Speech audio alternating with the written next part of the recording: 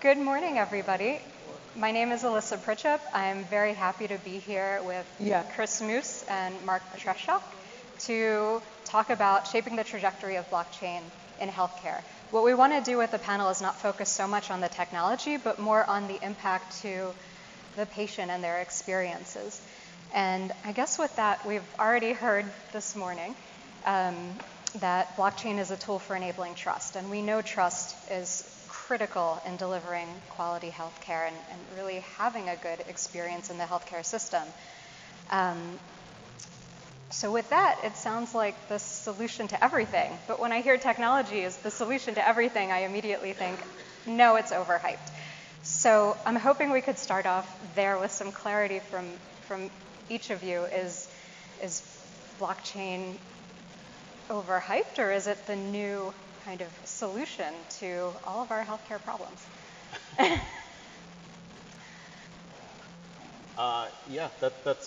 That's a good question. So hello, everyone. My name is Mark Treshock. I'm Executive Director of Emerging Technology at CVS Health.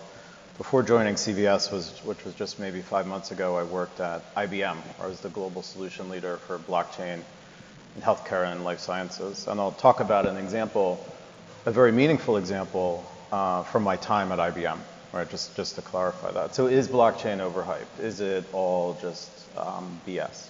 Right, I think is the question.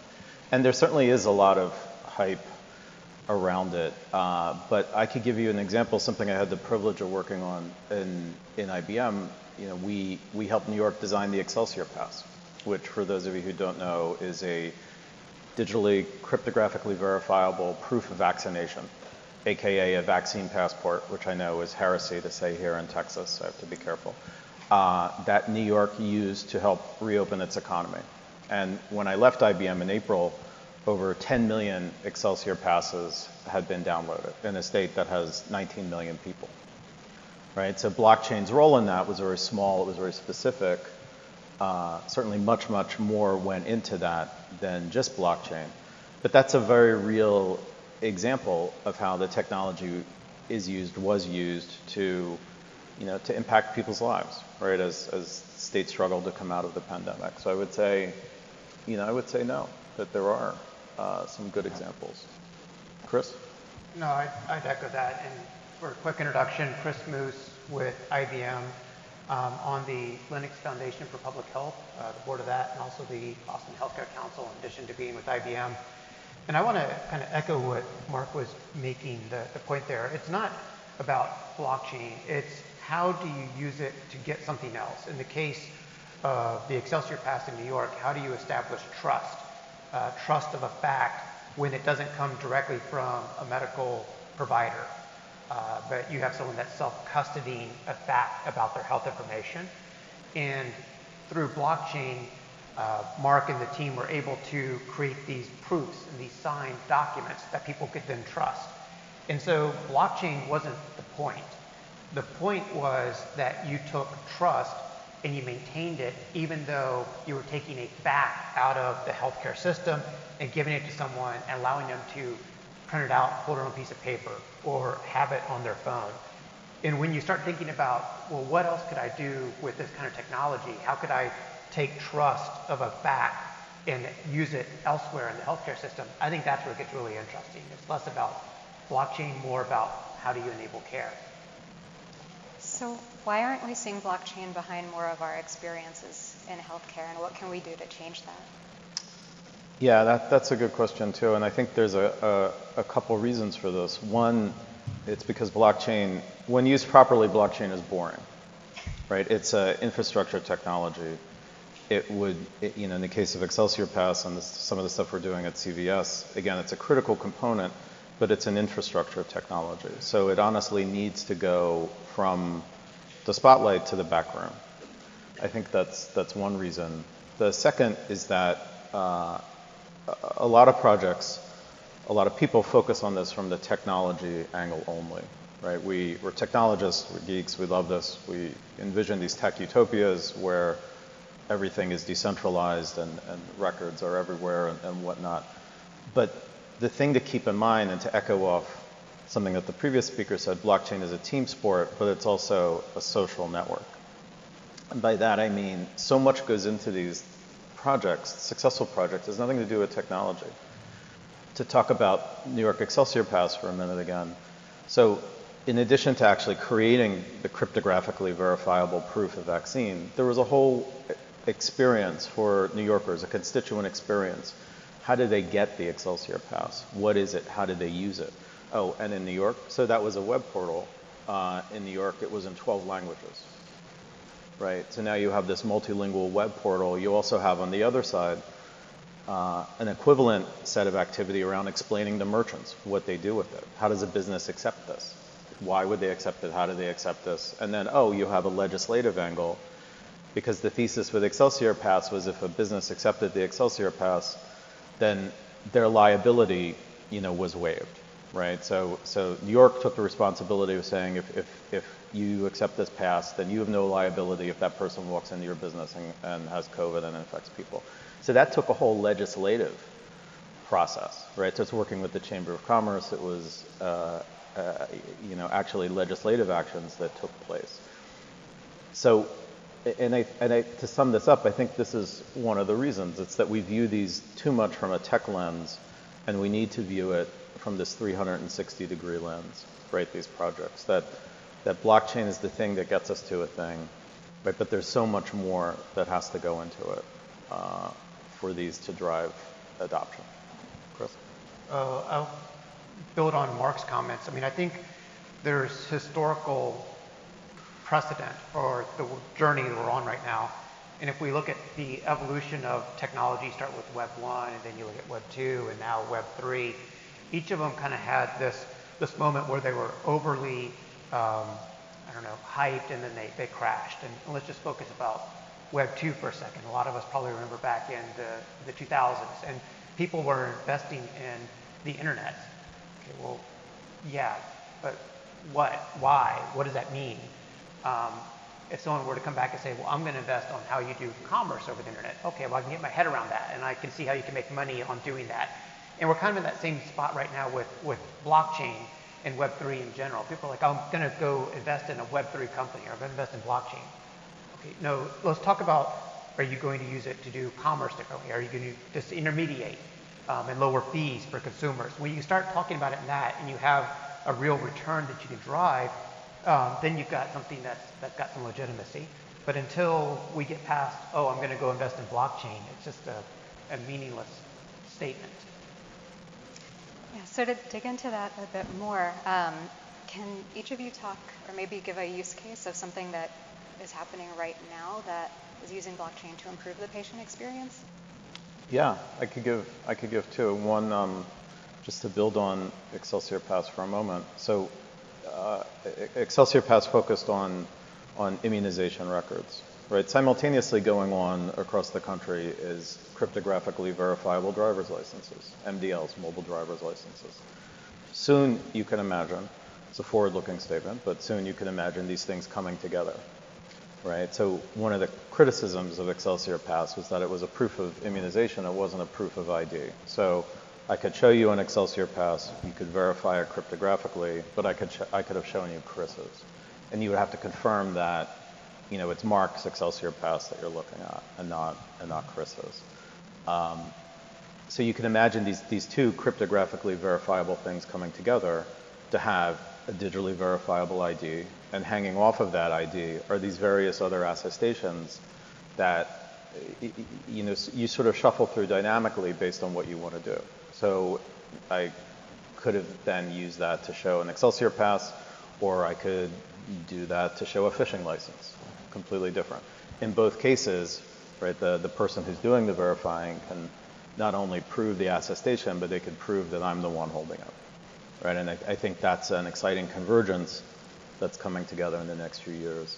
And then I'll tee up, fortunate enough to be on two panels, I'll tee up something for my panel later on now to put on my CVS Health hat.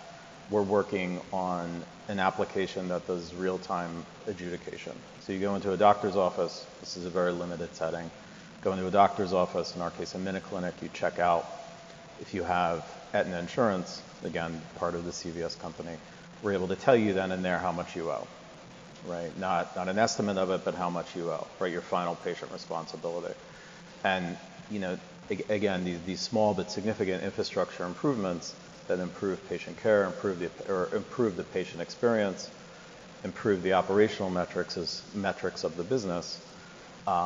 You're going to hear more about that later, but those are some of the things that you know are very real and very near widespread rollout. Chris?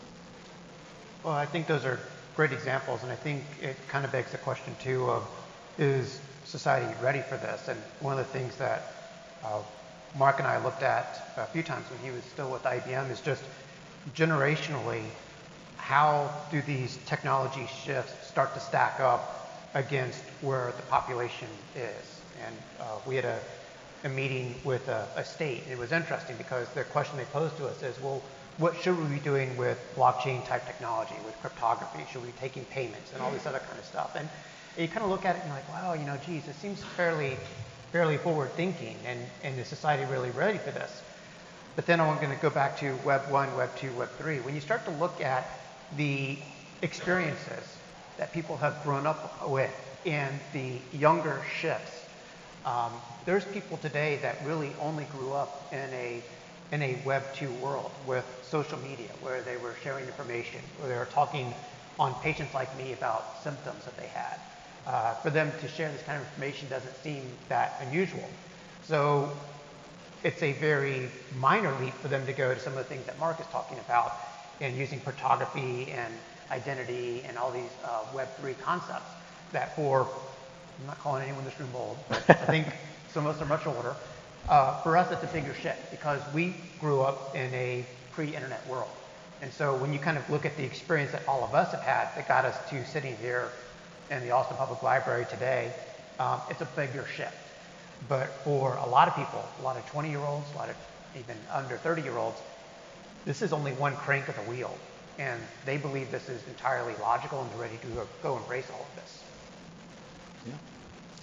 Yeah, we've spent a lot of time talking about this abundant future, assuming everything moves ahead correctly, that this trajectory is shaped in a way that's positive and beneficial.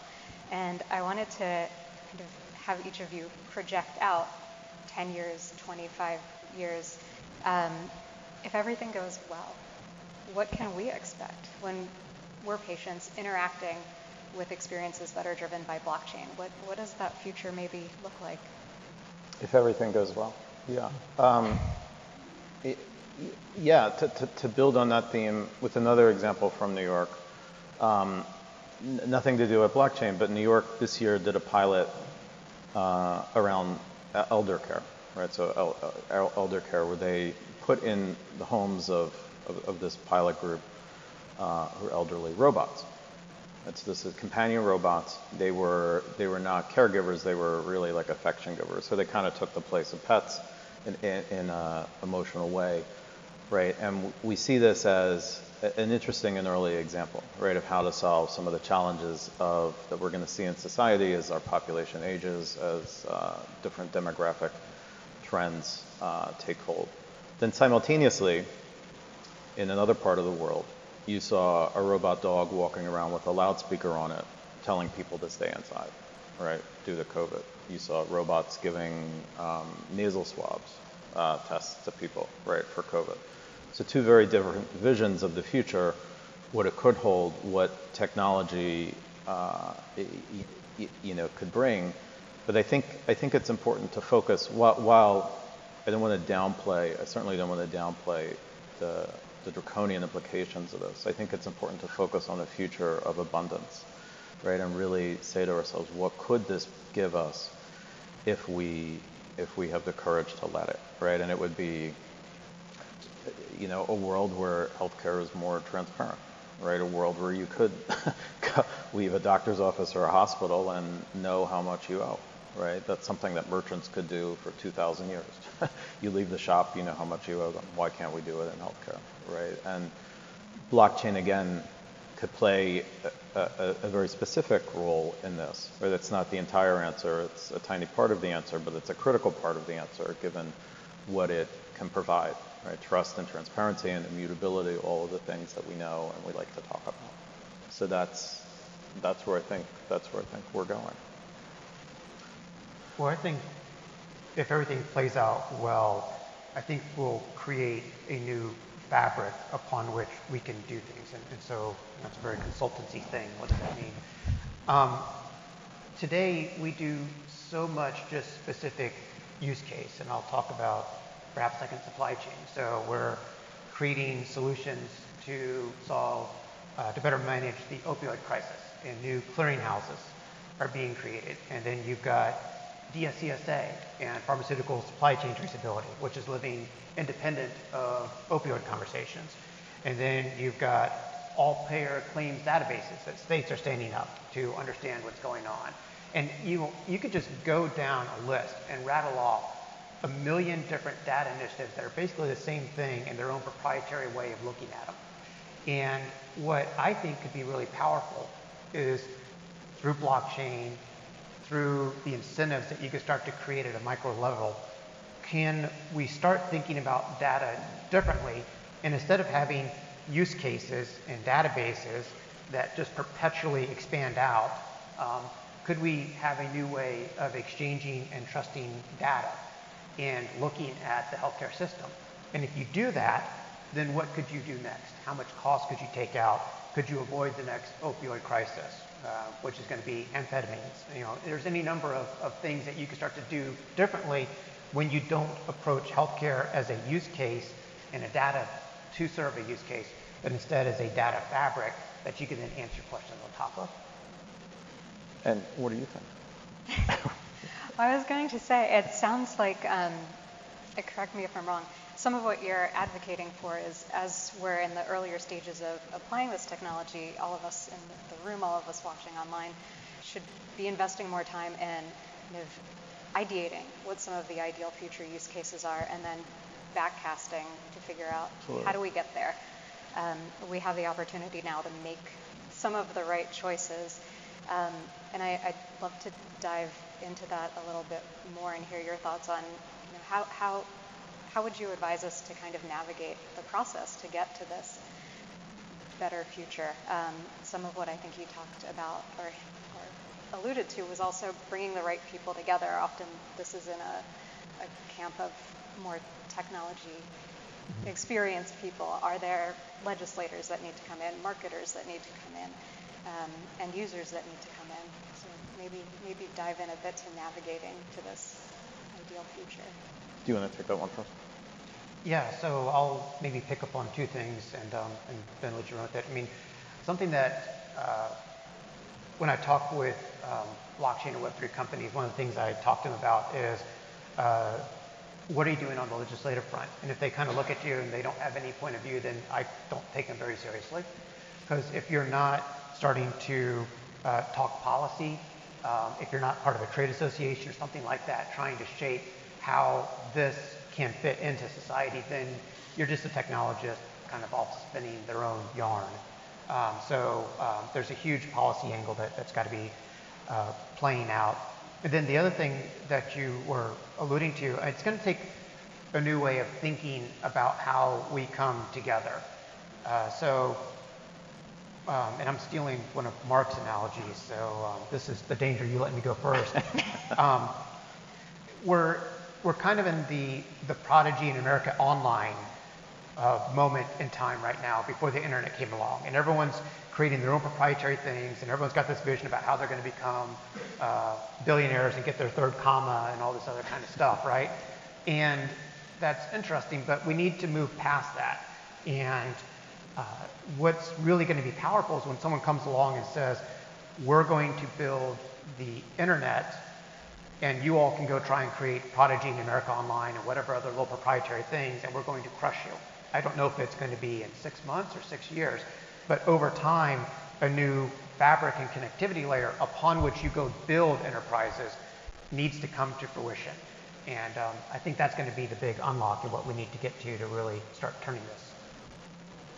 Yeah, and I'll build on that by quoting from Einstein, which is always a good thing to do, and say that you can't solve the problem at the level of the problem, right? And a lot of us grapple and try to do that, and that's where building these these fabrics or networks is important, and that's where Avenir comes in.